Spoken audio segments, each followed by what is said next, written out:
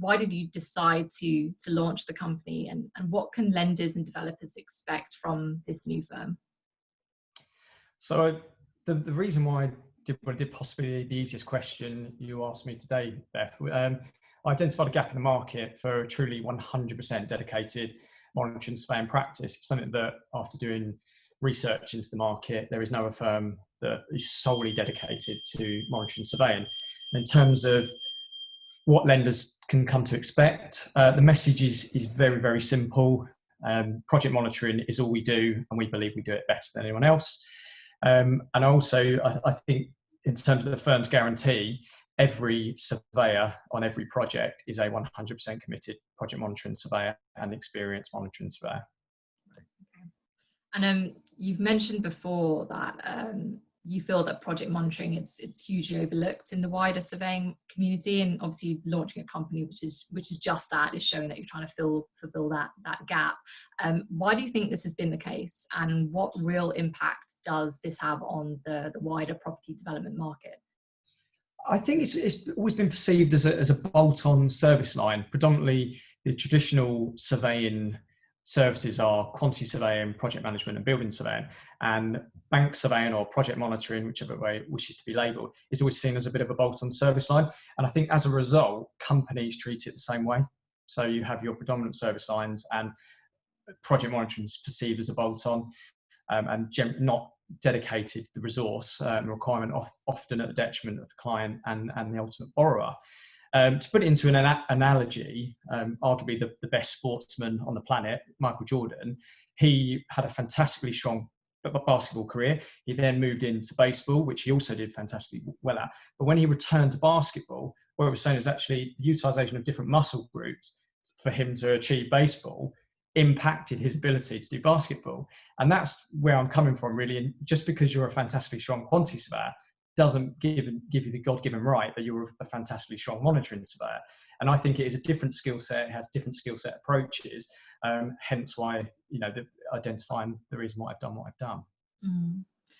What are the main differences with the skill sets that you're talking about, just for anyone who doesn't know? So apologies to people that may not know. So I'm a bank surveyor, or an independent monitoring surveyor as defined by the RICS, which effectively is the eyes and ears of a lender. We are not just purely focused on cost. We look at programs, we look at planning, we look at statutory consent. So it's a real hybrid of quantity surveying, project management and building surveying, and in my opinion deserves its own recognition and its own reward for that role, because it is a real hybrid of all the different skill sets. So just because you're fantastically strong at costs might mean that you might not be strong at health and safety, so we are a risk management service really for the lenders, and I think it's a completely different skill set. Mm. And do you think the art of project monitoring and the associated due diligence that you have to do with it has changed or adapted since March the 23rd, since lockdown began? And do you expect this to continue afterwards? Yeah, I think it definitely has. And I think that's more around protocol. I think the process in terms of what we do, the role, the remit hasn't changed at all. The requirement for risk management is still fundamental. Arguably, it could be even more brought to the front line. But I think it's impacted process and how things are undertaken. So, for example, it's impacted physical site inspections, where we need to ensure that we are compliant to COVID protocol, the right PPE. My opinion, I'm not saying this is right or wrong, but there is no reason why a monitoring surveyor cannot go to site.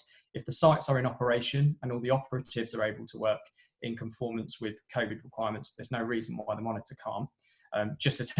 From my perspective, I've attended the sites on my own, so I've been unescorted to avoid contact with anyone, which I'm very capable of doing. I've undertaken my inspection, and then I've held the meetings that normally I'd host on site virtually. Like today, possibly this might have been done face to face. I think what it's done is it's really enhanced technology and demonstrated how important and how beneficial technology is the way we work now. Mm-hmm. So I think it's given that opportunity actually to demonstrate the benefits of technology on site. But I don't think the role or the requirements changed. Sure.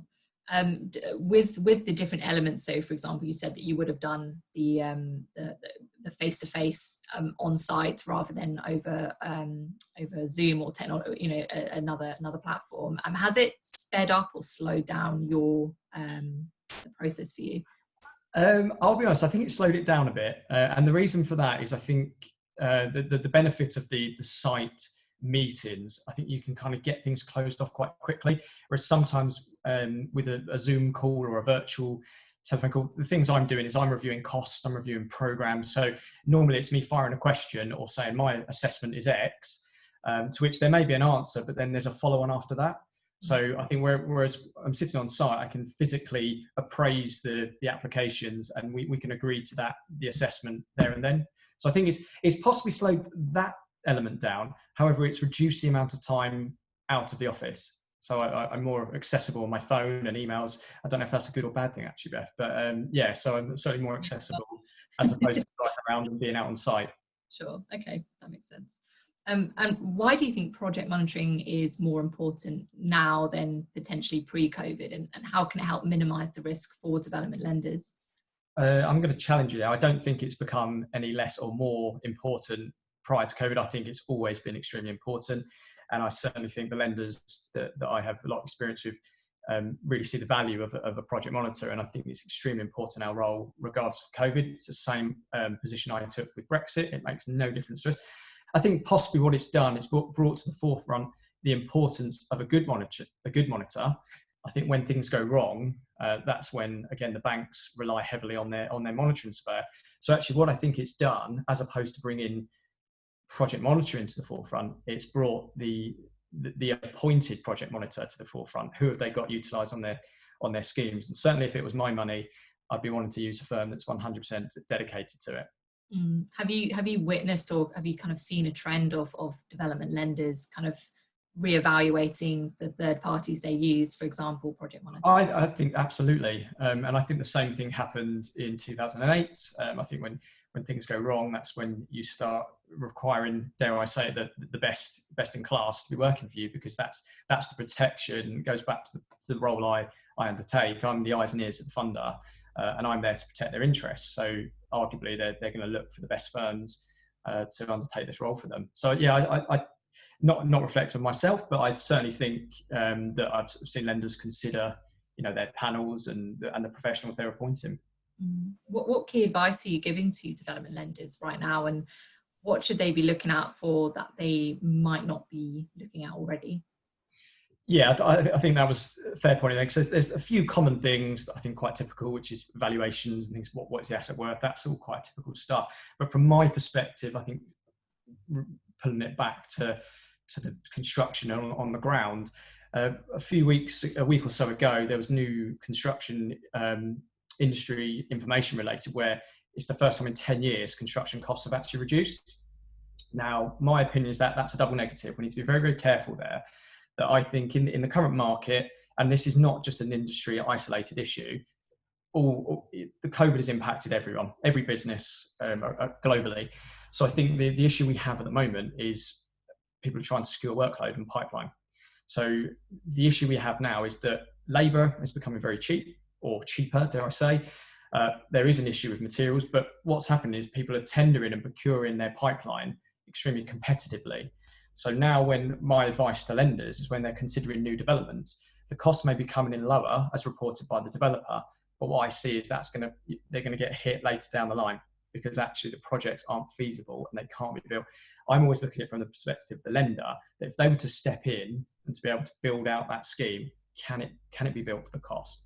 At this moment in time, which I do think is a short-term blip, I don't perceive that in 9 months, 10 months, 12 months, again, I can't put a timescale on it, but I think they will be impacted. And a huge thing at the moment that I'm advising my funders of just to be careful of. It's a really good point. And what are the key challenges for the property development finance industry are you currently seeing now, but also post-crisis? I think that there's two key things that I think is an issue that we have, which is we have an aging workforce in terms of trades on site. I think that this is something we need to be very, very cautious of, and also that we are heavily reliant upon foreign labour on our sites. So I think in that regard, and I think COVID has done this, it's actually taken our eyes a little bit off Brexit. We're still out of Brexit. We still haven't fully seen the impacts of that. Now, if that does impact the ability of foreign labour to work on, then the demand, we're not going to have the supply to meet the demand. And I think there's a huge issue there that's just hasn't even occurred yet, and it's just waiting to happen. So I think that's something that we all need to be very, very mindful of. And I think COVID has taken our eyes off that a little bit. And we still need to be very, very cautious of the impact to the ability to meet. There's a huge amount of demand for housing in the moment. That hasn't changed. However, do we have the demand? Do we have the supply to meet that demand? And I think that's something I'm quite mindful of at the moment. Out of interest, with the changing demands for property right now from a lot of new home buyers, we're seeing, you know, across the national press that people are wanting a garden, they want an extra room, they want this to be able to work from home. Are any of those trends kind of coming into your advice at the moment to lenders, like when you're looking at schemes which may not have included that sort of demand that people are looking at right now? It's something that we'd consider, but if I'm being brutally honest, Beth, I'm not the clever ones. That's the valuation surveyors saying that this asset is worth X, Y, Z if you have a garden. It's something we consider. I'm more on the ground in terms of, can it be built for this? Can the program be done? But it is certainly something that has become more widespread and people are now considering. And I think that is the case if we've all been locked in our current accommodations for, you know, a number of months now. So I think it's given people the opportunity to review and analyse, is this where I want to be? You know, am I considering moving more rural? You know, these are all questions and all new things that are coming about that possibly wouldn't have been considered prior to COVID. Sure. And then finally, for those who don't already know, how did you get into the industry? Are you trying to intimate that people don't know who I am, Beth? That's very upsetting. No, for the people that don't know, yeah, I got into my dad's a carpenter, so he's based on site. And in my younger years, I used to help him out on site, labouring and hog carrying, and I actually really enjoyed the role. And I wanted to be a carpenter. I wanted to follow my dad, and he told me not to do that and to be one of the cool guys in a suit who used to drive around in these nice cars, which turned out to be a surveyor. So then I researched into the role of a surveyor, decided that sounded really good, went to university, got my degree in surveying, came out, become a chartered surveyor, and the rest is history, as they say. What about project monitoring? Was that something which you just enjoyed the most, and that's why you decided I want to strictly? Yeah, I'd say I'm a chartered QS MRICS surveyor by trade. I've specialised in bank surveying. I did a placement within a bank where I got full exposure to the client side role of that, and really enjoyed it, and thought actually there's a huge value piece here for the surveyors on the other side of the fence. So yeah, that's how I became exposed to the project monitoring side, and so I absolutely love it. And if you weren't doing this, what would you be doing? Oh, I'd be a very happy man. No, I think as a failed footballer, I'd probably have to be trying to pursue my footballing career. I played to a fairly decent standard when I was younger, but then decided to go to university and attack the construction industry as opposed to football. So I think, yeah, football would probably be the other thing I'd be trying to do anyway. Amazing. Hopefully you've had a little bit of downtime where you've been able to practice. Absolutely. Perfect. Thank you so much for your time. No, thank you very much.